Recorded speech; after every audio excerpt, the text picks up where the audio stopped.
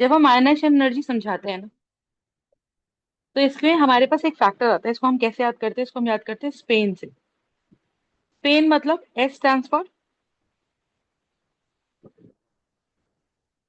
Screening test या screening energy, screening effect.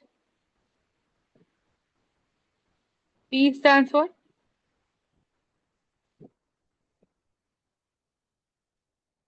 Penetration effect. A stands for atomic radius.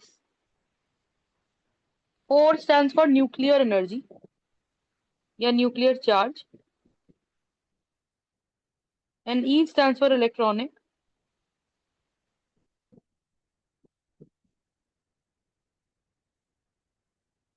configuration. So these are five topics or five factors on which ionization energy basically depends. On which ionization energy basically depends. Okay. Now, what is this idea all about? Just see. So when we have screening effect, penetration effect, atomic radius, nuclear charge, or electronic configuration, what exactly these factors that we have? ठीक है, देखो होता क्या है। एक होता है, अगर मैं आपसे पूछती हूँ कि भाई मुझे बताओ आयनाइजेशन एनर्जी है क्या, तो हम बोलते हैं it is the energy required to remove the electron. It is the energy required to remove the electron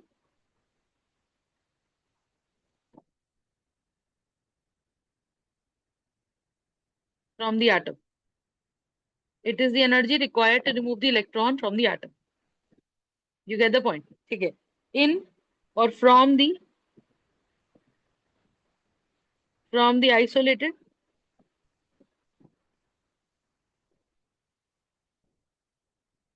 gaseous state. From the isolated gaseous state. Yes or no?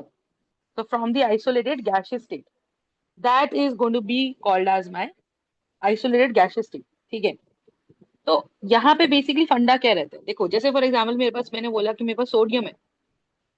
अब हम ये पढ़ते हैं कि सोडियम का एटॉमिक नंबर 11 है, तो अगर हम कॉन्फ़िगरेशन देखें 281, तो उसके हिसाब से तो हम बोलते हैं कि हमें इलेक्ट्रॉन के एल एम शेल से निकालना है। लेकिन अब आप लॉजिकली समझो कि अगर मैं सोडियम की कॉन्फ़िगरेशन लिखूं 1s2, 2s2, 2p6, 3s1, तो मुझे इलेक्ट्रॉन यहाँ निकालना है 3s सब शेल से। मुझे इलेक्ट्रॉन यहाँ हटाना है 3s सब शेल से। एम आई राइट और नॉट? Got the point? तो अगर मुझे कि भाई आपको ये देखना पड़ेगा कि आयनाइजेशन एनर्जी है क्या, कि सोडियम के क्रिस्टल में शुरू शुरू में तो एटम्स टाइटली पैक्ड हैं। और जब शुरू शुरू में सारे एटम्स टाइटली पैक्ड हैं, तो पहले अगर मैंने इसे हीट करना शुरू किया, तो पहले ये सॉलिड स्टेट से कौन सी स्टेट बनेगा? ये सॉलिड स्टेट से बनेगा लिक्विड स्टेट, और फिर ये लिक्विड स्टेट से बनेगा गैसियस स्टेट, फिर ये लिक्विड स्टेट से बनेगा गैसियस स्टेट।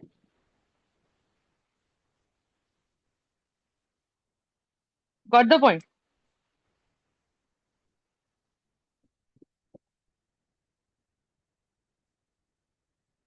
तो इसका मतलब गैसियस स्टेट में ये एटम्स कैसे हो जाएंगे? बहुत दूर दूर हो जाएंगे।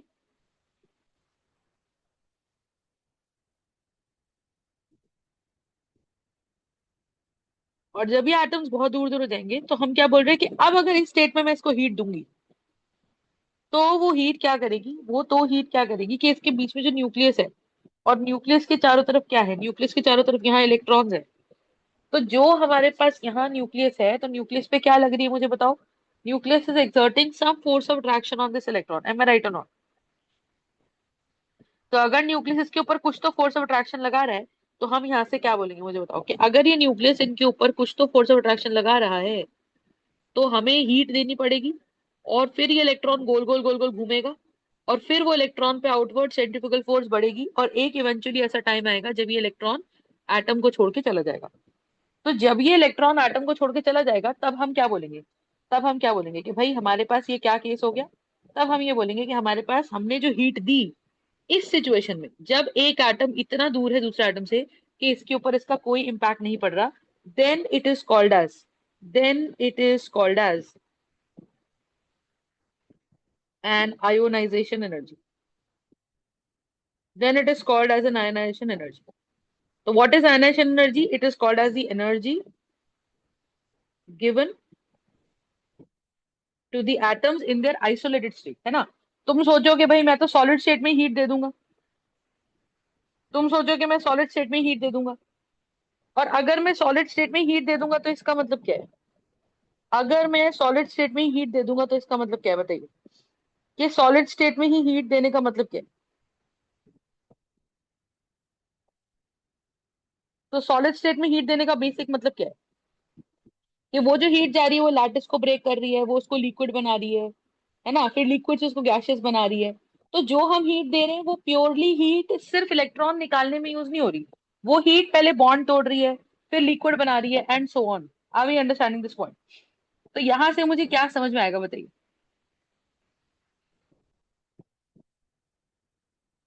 कि मैम जो भी हीट हम दे रहे हैं, पर जब मैंने इसको बिल्कुल आइसोलेट कर दिया, तो we are going to have the isolated, this is going to be an isolated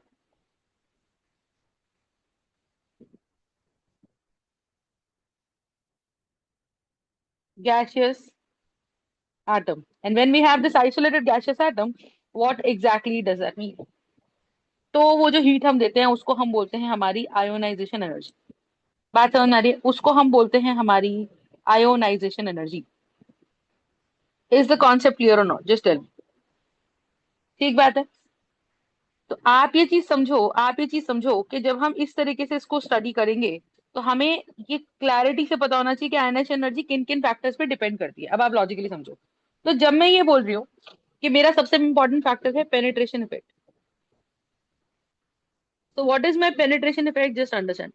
मेरा पेनिट्रेशन इफेक्ट का बेसिक मतलब ये होता है कि any orbital which is close to the nucleus. तो पेनिट्रेशन का बेसिक मतलब है कि कोई ऑर्बिटल न्यूक्लियस के कितना क्लोज है ना? अगर any orbital, if it is close to the nucleus, अगर वो न्यूक्लियस की बहुत क्लोज है, if it is close to the nucleus, if it is close to the nucleus, then it shall be called as more penetrative. It shall be called as more penetrated। तो कोई भी orbital अगर nucleus के बहुत पास है तो हम उसको बहुत ज्यादा पेनेट्रेटेड बोलेंगे। ठीक है, बात है। तो अगर हम उसको बहुत ज्यादा पेनेट्रेटेड बोलेंगे तो इसका मतलब क्या है, बताइए? तो इसका मतलब क्या है कि अगर हम उसको बहुत ज्यादा पेनेट्रेटेड बोल रहे हैं तो वो उस पर फोर्स ऑफ अट्रैक्शन ज्यादा लग रही है। यानी कि अगर मैं बोलती हूँ कि यहाँ न्यूक्लियस है और ये 1s है, ये 2s है, ये 2p है, ये 3s है, ये 4s है, और ये 3p है, यस और नो? तो न्यूक्लियस की फोर्स ऑफ अट्रैक्शन कहाँ जा रही है? मैं कह रही हूँ जो 1s है वो बहुत ज्यादा अट्रैक्शन है, वो बहुत ज्यादा क्लोज है। तो इफ आई से कि कोई इलेक्ट्रॉन 3s में से निकालना है और कोई इलेक्ट्रॉन 3p में से निकालना है, देखो आइडियली होता क्या है वैसे तो, 3s और 3p में से अगर मैं देखूं तो ज्यादा कोई खास डिफरेंस होता नहीं है, लेकिन फिर भी इफेक्टिवली अगर देखा जाए तो 3s और 3p जो होते हैं, 3s और 3p में 3p पीछे है, 3p is farther away than 3s, 3p is farther away than 3s। तो ये जो न्यूक्लियस है अपने पास, और ये 3p, ठीक है?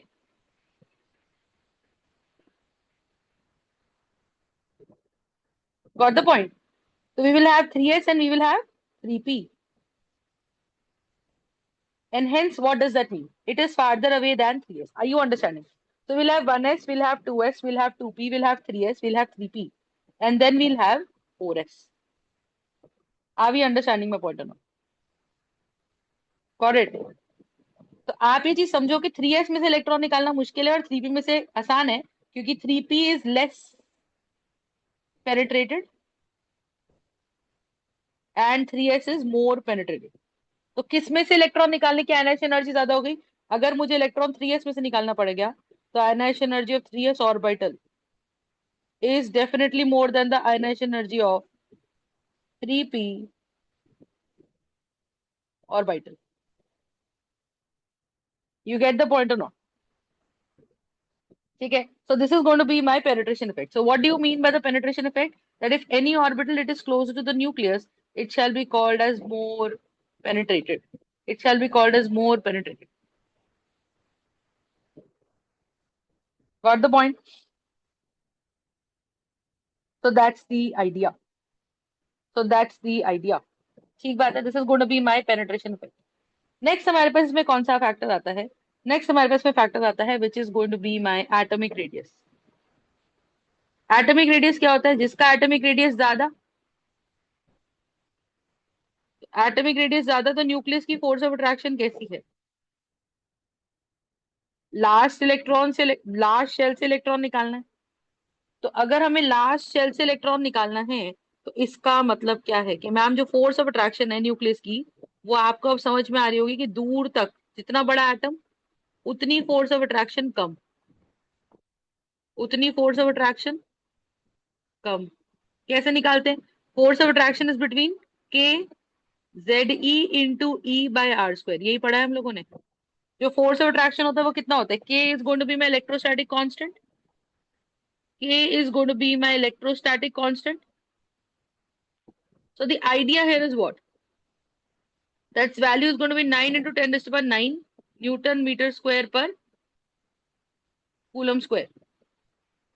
Newton metre square per coulomb square. ठीक है. तो ये क्या बता रहा है कि जितना रेडियस ज्यादा उतनी फोर्स ऑफ अट्रैक्शन कम. तो इसका मतलब छोटे एटम जो होते हैं उनका जो इलेक्ट्रॉन है वैलेंस शेल वो बहुत पास है. तो वो बहुत पास है तो उसमें से इलेक्ट्रॉन निकालना मुश्किल. मतलब यहाँ पे हमें एनर्जी ज्यादा देनी पड़ेगी और यहाँ पे हमें एनर्जी कम देनी पड़ेगी, क्योंकि वैलेंस इलेक्ट्रॉन जितनी ज्यादा शेल्स होंगी उनको सबको पार करते हुए इलेक्ट्रॉन यहाँ तक जाता है. You understand my point? So when we are talking about the atomic radius, what exactly does that mean? Just tell me. Tell me. So we will have this atomic radius और electron जो है वो इन सबको पार करते हुए चला जाएगा. Yes और नो? तो न्यूक्लियस की फोर्स ऑफ अट्रैक्शन जो है, ऑब्वियसली बात है, बिगर atoms have less ionization energy than smaller atoms. Bigger atoms have less ionization energy than smaller atoms. Are we understanding my point or not? Got the point?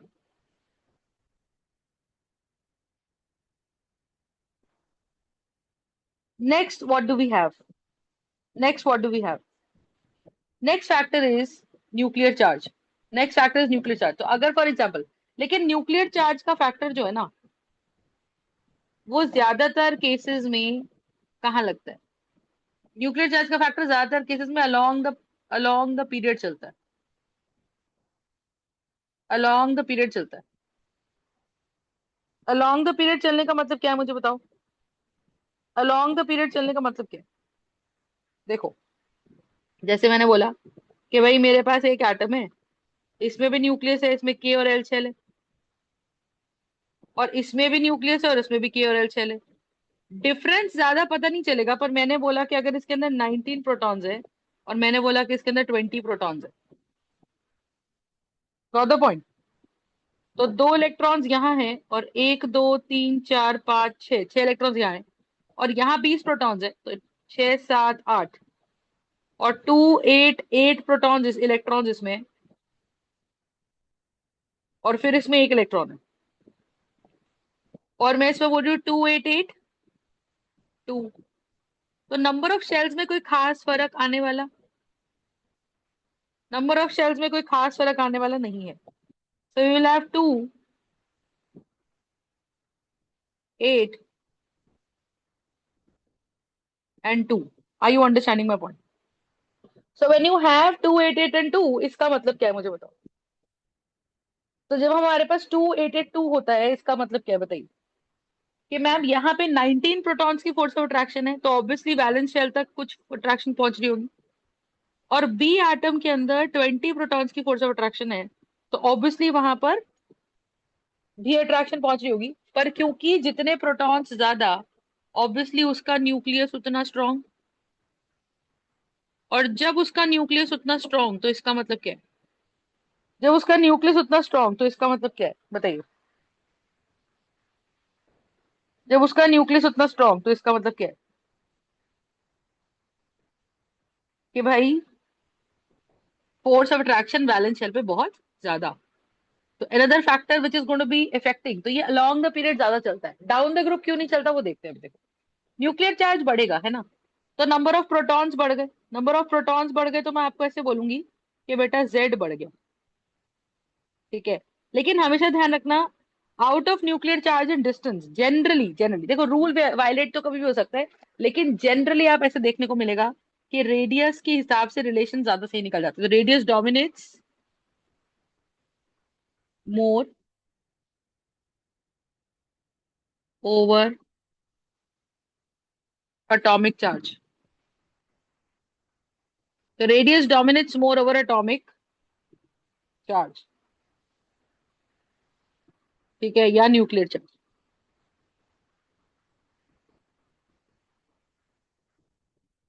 बात समझ आ रहा है?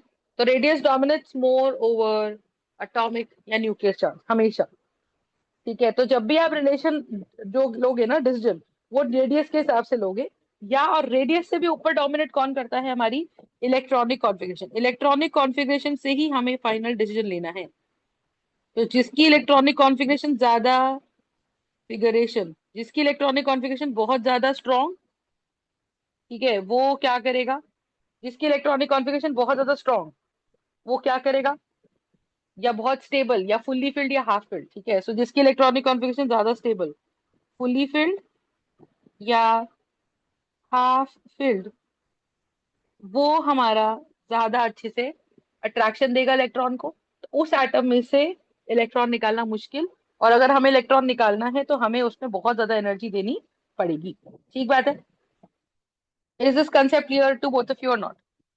Next हमारे पास न्यूक्लियर चार्ज के साथ साथ बेटा और कौन सा फैक्टर आता है?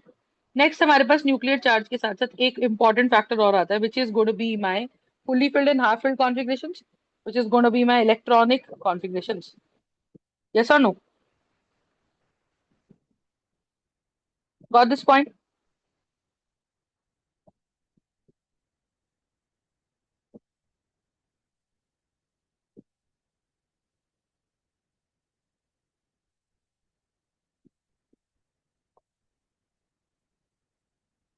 आप देखो ध्यान से, this is going to be my nuclear charge.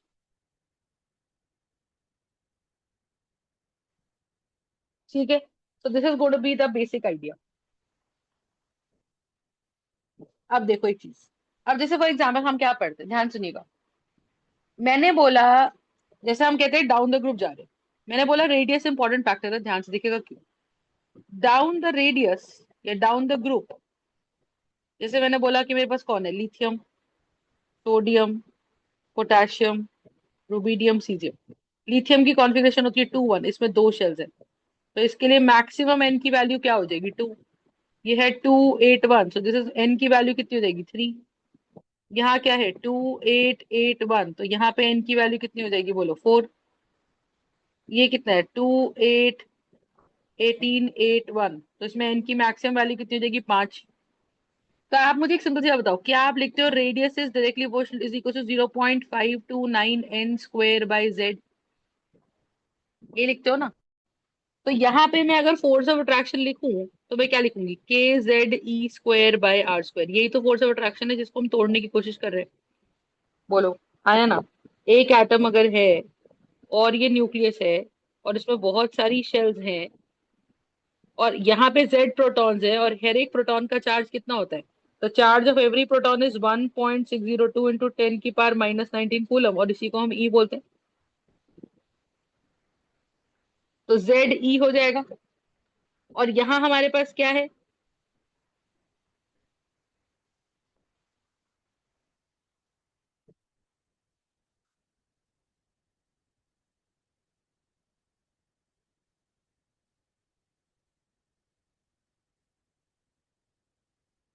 Got it. तो इनके बीच में क्या आएगी, फोर्स ऑफ अट्रैक्शन। तो वो हम फोर्स ऑफ अट्रैक्शन कैसे लिखते हैं, K Q1 Q2 by R square according to the Coulomb's law. तो अगर हम इसको K Q1 Q2 by R square लिखते हैं, तो इसका मतलब मुझे बताओ क्या है? कि we are going to have K Z E into E by R square. तो ये मेरे पास बनेगा K Z E square by R square, और ये मेरा फोर्स ऑफ अट्रैक्शन है। अब ध्यान सुनो, रेडियस का फॉर्मूला मैं ये डाल दूं तो ये बनेगा K Z E square by 0.529 n square by Z. ये रेडियस का स्क्वायर करेंगे तो ये सॉल्व करके मेरे पास आएगा K Z E square into Z, Z ऊपर, ऊपर जेड स्क्वायर आएगा, और नीचे क्या बनेगा 0.529 एन की पावर 4। अब आप ये देखोगे कि मैम ये फोर्स इवेंचुअली सॉल्व होके कितनी आई। ये फोर्स इवेंचुअली सॉल्व होके मेरे पास आई के Z E square Z cube, और नीचे बन गया है 0.529 एन की पावर 4। फंडा समझ में आ रहा है? तो यहाँ जैसे जैसे किसकी पावर 4 है, नंबर ऑफ शेल्स की, तो जिसकी पावर ज्यादा होती है वो हमारा डोमिनेटिंग फैक्टर होता है। इसीलिए हम बोलते हैं कि डाउन द ग्रुप जब आप जा रहे हो तो इसके न्यूक्लियस में 3 प्रोटॉन्स है, इधर 23 प्रोटॉन्स है, इधर मेरे पास क्या है 9, मेरे पास सोडियम के अंदर कितने प्रोटॉन्स है 11 प्रोटॉन्स है, और यहाँ मेरे पास 19 प्रोटॉन्स है, और यहाँ मेरे पास 37 protons, like that. But you will understand कि प्रोटॉन्स तो है पर शेल्स भी बढ़ रही हैं। तो जैसे जैसे प्रोटॉन का नंबर हमारा बढ़ रहा है, ठीक है, वैसे वैसे हमारा डिनोमिनेटर भी बहुत ज्यादा तेजी से बढ़ रहा है, and as a result eventually force कम हो जाएगी। समझ में आ रही है बात? और अगर इवेंचुअली फोर्स कम हो जाएगी तो इसका मतलब क्या है बताइए? अगर इवेंचुअली फोर्स कम हो जाएगी तो इसका मतलब क्या है बताइए? बताइए, अगर इवेंचुअली फोर्स कम हो जाएगी तो इसका मतलब क्या है? कि भाई ये फोर्स हमारी कम हो गई। और अगर ये फोर्स कम हो गई इसका मतलब क्या? कि डाउन द ग्रुप आते आते जैसे जैसे साइज बढ़ेगा, जैसे जैसे न्यू शेल ऐड होगी, डाउन द ग्रुप आते आते as we add new shell, ionization energy tends to decrease. लेकिन आप देखो ये बहुत ज्यादा डिफरेंस नहीं है, एक हमारा जेड क्यूब है, एक एन फोर है। तो कभी कभी ये लॉ वायलेट भी होगा, मैं ये नहीं कह रही, पर ज्यादातर केसेस में रेडियस की चलती है और न्यूक्लियर चार्ज की डाउन द ग्रुप में नहीं चलती है। समझ रहे हो? अलोंग द पीरियड में आप भले ही डिसीजन ले लो, अलोंग द पीरियड में आप भले ही डिसीजन ले लो, किससे? With regards to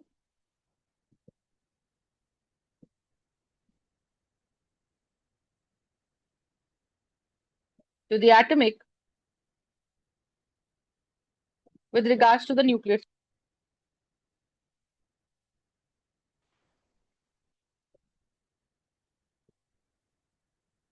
you get the point? तो एक फैक्टर हो गया हमारा पेनिट्रेशन इफेक्ट, एक हो गया एटॉमिक रेडियस, एक हो गया न्यूक्लियर चार्ज, और एक फैक्टर हमारे पास हो गया इलेक्ट्रॉनिक कॉन्फ़िगरेशन।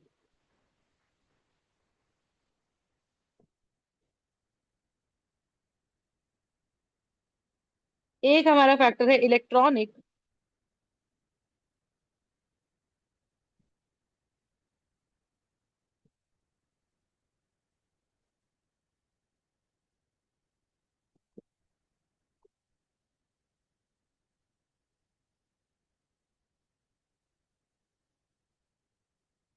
तो this is going to be my electronic configuration. So what is electronic configuration, just understand. तो हमें क्या समझना है? That half filled and fully filled, half filled and fully filled configurations are more stable, and hence it is difficult,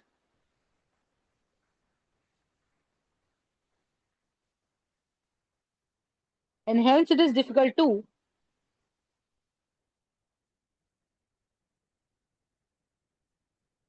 remove electrons from such configurations.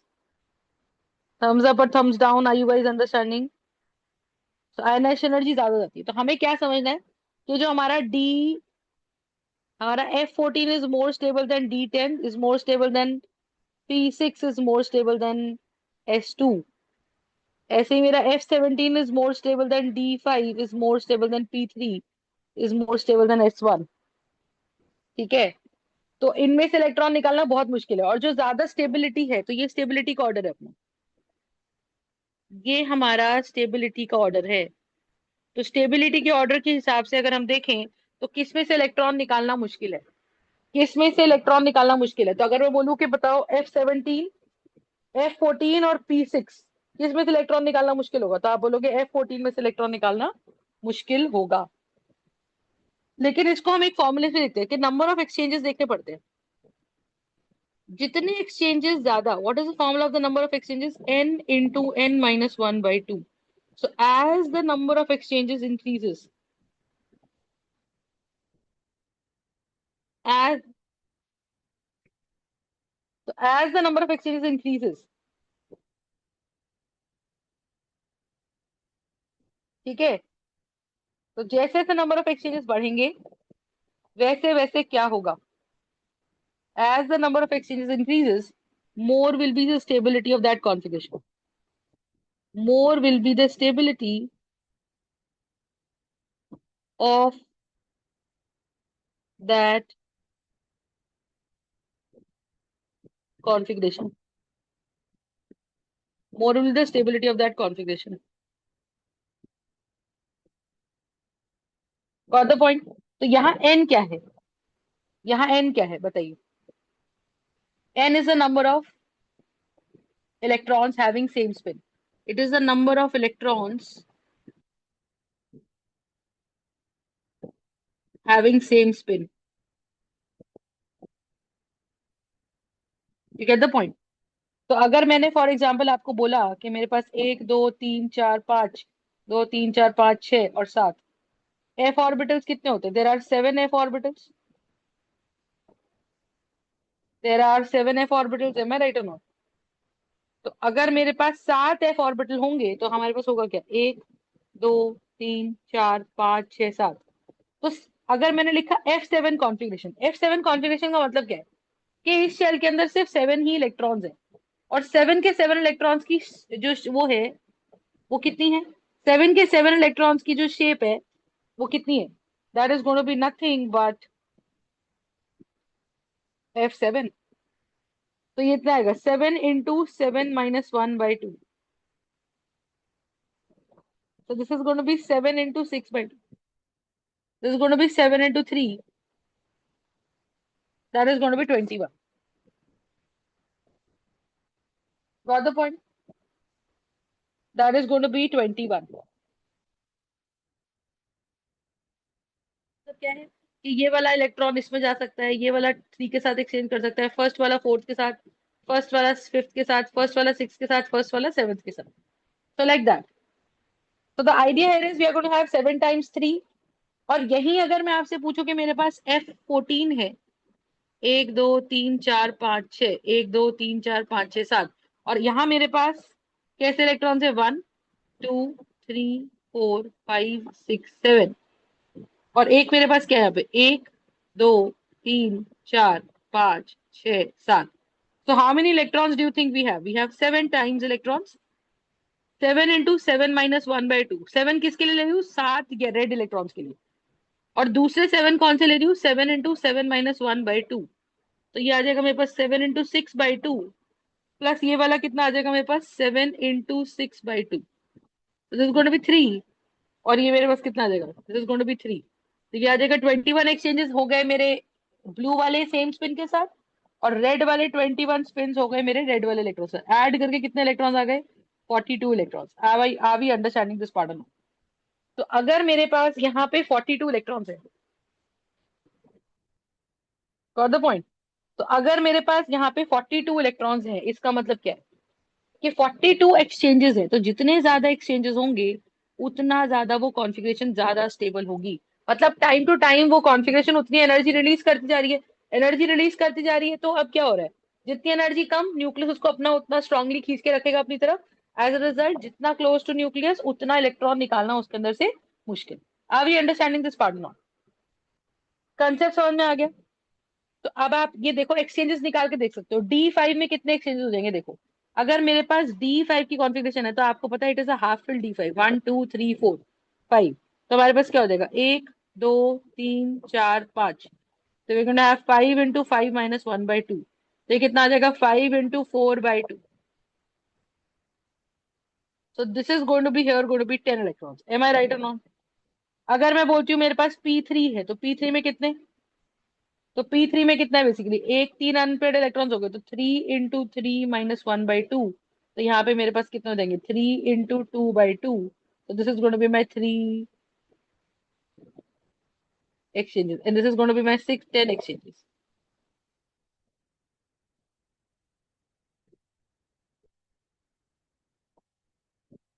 So this is going to be my 10 exchanges and this is going to be my 3 exchanges. Am I right or not? Got the point or not?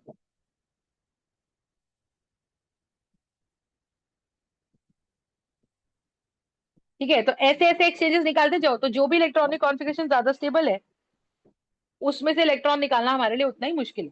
अब जैसे for example हम किसकी बात करते हैं, तो we are going to have what, तो सबका एक्सचेंजेस आप निकाल सकते हो, लेकिन अगर आपको मैं बोलूं P6 का कॉन्फ़िगरेशन निकालना है, तो P6 कॉन्फ़िगरेशन में 3 इलेक्ट्रॉन्स अप स्पिन के हैं और 3 इलेक्ट्रॉन्स हमारे पास डाउन स्पिन के. तो 3 स्पिन वाले कौन से हो गए, 3 into 3 minus 1 by 2, because n into n minus 1 by 2, plus दूसरा कौन सा हो जाएगा, 3 into 3 minus 1 by 2. तो ये मेरे पास सॉल्व करके कितना आएगा, 3 into 2 by 2. That's going to be 3 into 2 by 2. So this is getting answer. This is going to be 3 + 3. कितने इलेक्ट्रॉन्स आ जाएंगे, ये मेरे पास आ जाएंगे 6 electron. Are we understanding this part? So this is going to be my 6 electrons. Yes or no? Got the point? So that is the idea. That is the idea. ठीक बात है. तो ये कॉन्सेप्ट हमें बहुत अच्छे से समझ में आना चाहिए. Got it? तो इसमें 6 एक्सचेंजेस है. अब ऐसे कंपेयर नहीं करना, ऐसा नहीं है कि कोई भी हाफ फील्ड ज्यादा स्टेबल है कि फुल्ली फील्ड ज्यादा स्टेबल है ना, क्योंकि फुल्ली फील्ड में एक और फैक्टर आता है सिमेट्री का. तो यहाँ पे 6 एक्सचेंजेस आ रहे हैं और P F7 में कितने एक्सचेंजेस आ रहे थे जस्ट देख लेते हैं. ऐसे में अब अगर बोलूं कि मेरे पास D10 है, तो D10 में आपको समझ आ गया 5 into 5 minus 1 by 2, 5 इलेक्ट्रॉन्स एक टाइप के, और 5 into 5 minus 1 by 2, तो कितना हो गया 5 into 4 by 2 plus 5 into 4 by 2. तो ये 2 है और ये भी 2 है, तो that is going to be 10 + 10, so that's going to be 20 exchanges. This is going to be my 20 exchanges. Yes or no?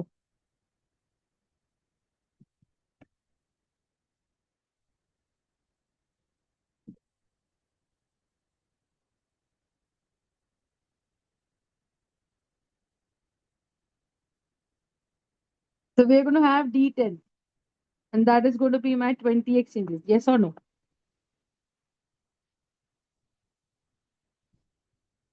ठीक है. अब जिसके एक्सचेंजेस सबसे ज्यादा है, ठीक है, आप उसके हिसाब से इसको अरेंज करोगे, तो सबसे अनस्टेबल तो S1 हो गया, क्योंकि उसमें तो एक भी एक्सचेंज नहीं होने वाला है ना. S2 में भी एक भी एक्सचेंज नहीं होने वाला, क्योंकि दोनों की स्पिन ही अलग अलग है. तो more the exchanges more is the stability, more is the exchanges more is the stability. तो these are the factors which basically decide के हमारे पास आयोनाइजेशन एनर्जी किसकी ज्यादा और किसकी कम. ठीक है. Any doubts in this, just tell me.